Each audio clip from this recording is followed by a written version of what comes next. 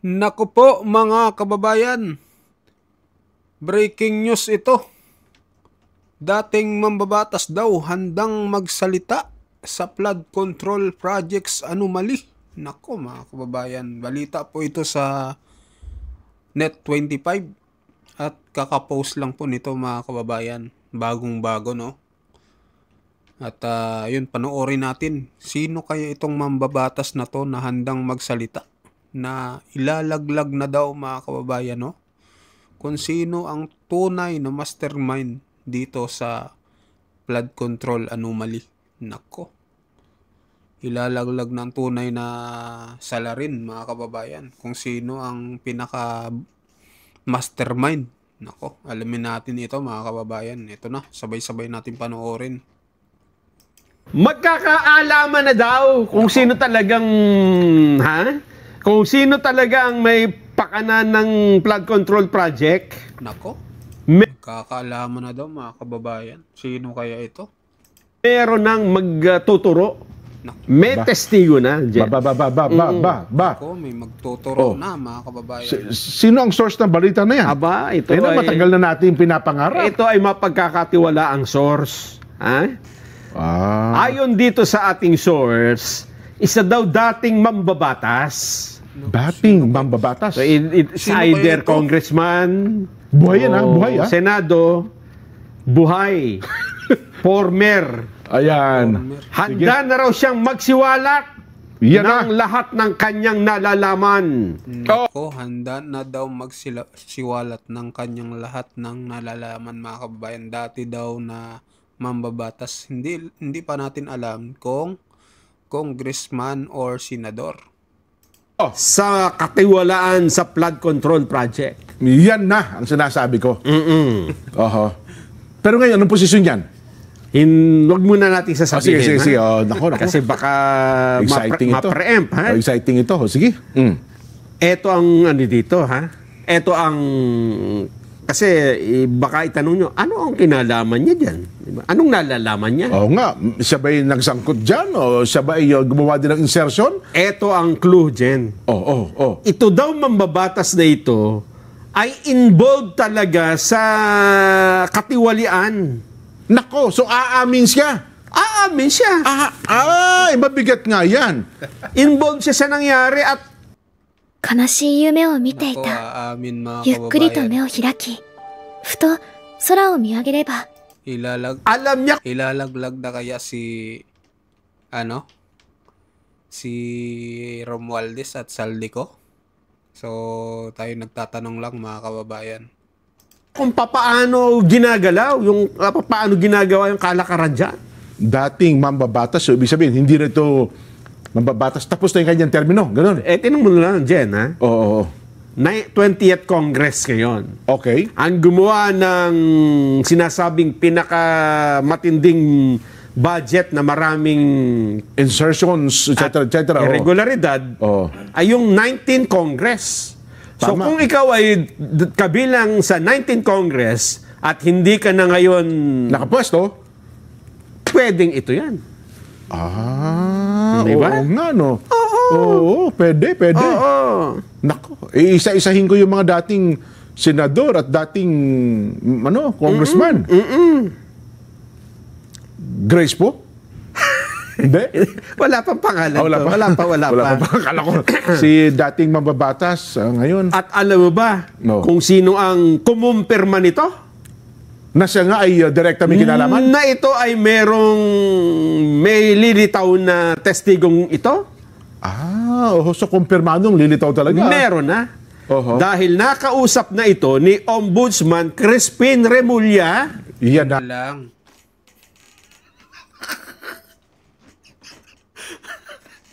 Galing kay Boying Remulla. Nako. Delikado to mga kababayan. Baka mamaya sa huli, Duterte na naman sisisiin, no? Duterte na naman yung ituturo. Ayan, no? Ayan, Sabahin mo, Nakatanggap ako ng tawag mula sa ating... Yan, Ano sabi? Nakatanggap rin ako ng tawag. Very early in the morning. Isang kaibigan ko. Uy, Wow. sino kayang kaibigan niya to? Ibig sabihin, malapit sa kanya, mga kababayan. So, baka mamaya, luto na naman to. Ano opinion niyo dito, mga kababayan? Galing pala kay Boying. Kala ko kung sino na no? Para siyang go-between sa isang congressman from Quezon City who wants to tell all. Oy! Ayan na sinasabi. Hoy, congressman from Quezon City at magsasabi na daw ng lahat, mga kababayan, ng kanyang nalalaman. Sabi ko, Tell all? yes. So, we'll wait. I will work on that. Aha. Sasabihin niya itong involvement niya. Involved pala siya. Ay, siyempre, sa alam niya, no, ha? Oo. Sa lahat ng nangyayari at saka kung paano nangyayari lahat yan. Yan na. Sinasabi natin. Kaya sabi ko talagang si Secretary Bo yung ombudsman may gagawin ito talaga sa kagaganda ng bayan. No, so? Kaya lang, Teka, may pasubali pa. may kondisyon si Ombudsman Remulla. May condition pa? Ano kayang condition, guys? Ah, Binigyan pa niya ng kondisyon yung sasabi ng magti-tell all. ang sabi niya rito, Oh, wait a minute. ba, kaping mainit.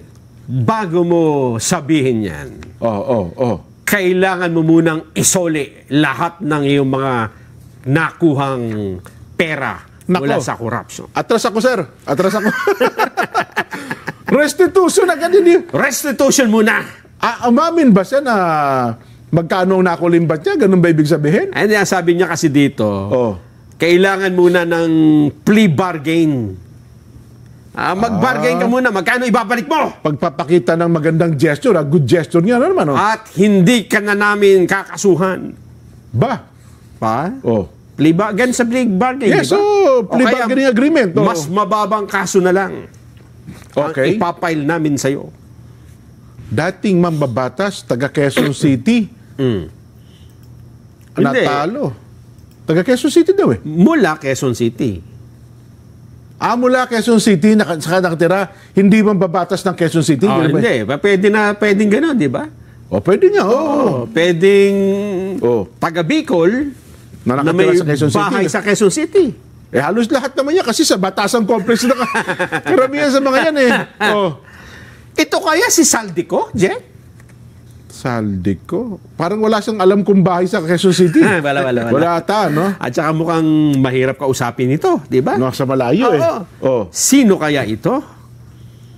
Naku, ang problema po dito ay yun nga, yung... Alam ko na, may idea ko dyan, Nason. May idea ka na. Nabanggit na yung pangalan niya ng mga diskaya. Nagsasabi lagi ng pangalan. Ang kita dito, papupunta kay ganito, kay ganyan. Oh, sino? Si Batman. Batman? Batman. Yan ang tinatawag na alias Batman ng Kongreso. Kongreso, oo yes. Oho. Alam ko yan. Kapartner ni Ruben. Kita-kita eh. Yan ay kapartner ni Ruben. Ruben Padilla. Si Batman, kapag may Batman, may Ruben eh. Di ba? Parang naalala ko nga may ganyang tinatawagan. Oo.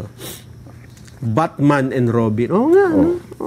Si Batman kasi, ewan ko lang kung yan nga, yung Marvin Rillo, Nelson. Dating congressman yan, na tinalo ni Naku po. Bong Suntay. Oo nga. Sa Diba? maikling, konting lamang. Ano? At saka yung Marvin Rillo, ay minsan na nabanggit ang pangalan yan eh. Hindi kaya siya? Baka nakikinig ngayon si Kong Marvin. Nanonood lagi sa atin yan eh. Hintayin natin. Siya kaya ang tinutukoy ni Secretary Boying Remulla. Unfair naman na pangalanan natin, Jen. Wala Oo namang nga. binigay Hindi na naman, pangalan. totoo. eh. Baka nga, no? Sa Kasi bagay- sinabi lang ni... Hindi ko sa bagay, Jen, kung sa Quezon City, di ba, halimbawa, mag-zeroin na lang tayo Quezon City, Oo. na dating congressman o dating mambabatas, sa tama ka, nandun yung clue. Ayun, active siya sa 19 Congress eh. Pasok nga. Ano? Oo, natalo lang siya, no, this year. At wala namang binanggit sa mga nakarang hearing na dating congressman na Ngayon ay hindi na congressman. Kasi Oo. yung Atayde, congressman pa rin ngayon. Ngayon, incumbent pa rin. Yung... Ralph Tulfo, congressman pa rin. Oo nga. Marvic, Marvic dito sa Kulyat, incumbent pa rin, hindi natalo. Eh yung Mitch Cahayo naman, Caloocan yun, di ba? Kaloocan yun. Si PM Vargas, kapatid ni Alfred, congressman pa rin na ngayon. Ang napalitan lang talaga yung Marvin Rillo, wala, nalaglag. So yan na talaga. Hindi ko sinabi.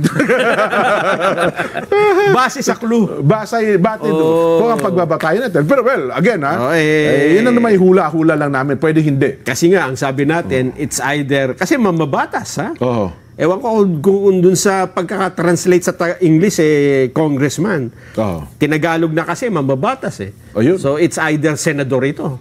Kung or senador congressman. naman na taga Quezon City, hindi ko lang alam si Senator Grace Bo kung may bahay dito sa Quezon City. Sino ba mga nawala sa Senado nitong natapos ang kanilang mga termino? Eh, wala namang senador dyan na nabanggit, eh. Wala ba? Na involved sa flood control, di ba? Oo nga. Na taga Quezon City at dating mamabatas, maliban kay Bong Revilla, pero taga Cavite yun. Yun na nga. Yun Cavite yun. Oh. Ba't naman ito kasi si Secretary Boying, parang daig pa yung mga nasa showbiz. May blind item pa. Baka kasi hindi matuloy. Siguro nagpe-playing safe siya. Ganon? Hindi, parang siya pa nagbigay na kondisyon willing na lumabas Di ba? Ang ginawa lang niya, sinabi, teka lang, magkano ka muna? Maglabas ka muna ng yung, plea bargaining agreement, parang ganon. Yun nga. Di ba? Oo. Ay kung sinabi, sige, anytime. Ay kung yan ay nasa isang hearing, di ba, halimbawa, pinaamin niya. Ay, ikaw ba? Opo, magsasabi na po ako. Etc. Sino yung mga yan? Ikaw ba, nakabahagi ka? O pwede, willing ka ba? Kumbaga, under oath na to. Isa tagpo na, nanonood na tayong lahat. Willing ka ba na yung mga kinita mo doon sa ay isauli na sa kaba ng bayan? Ay di, pasok na sana. Di ba? Ay ngayon, kung sasabihin mo yung ngayon, at hindi pa binabanggit ang pangalan, paghihinalaan ka patuloy ng tao dyan. Kung sasabihin sa bandang huli, hindi ho nagtuloy Hindi kami nagkasundo sa plea bargaining agreement. Nako po. Magkano ba gusto sa uli? Gusto sa uli, 1 billion. Sabi ko, kalahati lang Di ba? Kasi nga, yung pagsusuoli, dapat dumaan sa korte din. Yan, korte ang magsasabi. Hindi kayo magtatawaran Paano dyan. kung sabihin ng korte na maliit pala yan? Di ba? Na lang po, dagdag ako. Ano lang po ito, paunang bayad. Diyan natin makikita, Jen, yung sinasabi nila na mauuna yung restitution. Kung kung talagang kaya nilang gawin. At kung papayag nga talaga yung kung sino man yung witness na yan. Di ba? Well, hindi po namin tinitiyak na si Kong Marvin na guest lang po namin yun. Base sa clue. Base doon sa clue. Na ibinigay ng ombudsman. Baka mamaya lumabas na naman sa social media. Natuklasan ng 2 anchor ng Net25. Sigurado na yan. Di ba? Baka ganun na lumabas. Pinagpapauna na po namin, Siyempre, pang-viral yan. Natuklasan na pala tunang sa ganang mamamayan, Net25. Ito pala. Ito pala si Congressman Marvin. Nako, disgrasya tayo. Wala po hindi po namin kinukumpirma yung bagay na yan. Tinitingnan lang natin, batay doon sa mga clue na sinasabi ni Ombudsman Boying Rimulya. So ayun mga kababayan, sino kaya itong mambabatas na ito na magsasabi ng kanyang mga nalalaman. Kaso ang ano lang natin dito, ang problema ay kaibigan daw ni Ombudsman Boying Rimulya. So kayo na lang ang humusga mga kababayan kung ano ang mangyayari sa kalalabasan nito pag nagsalita na siya. So mag-comment kayo, mag-subscribe sa ating YouTube channel. Maraming salamat po.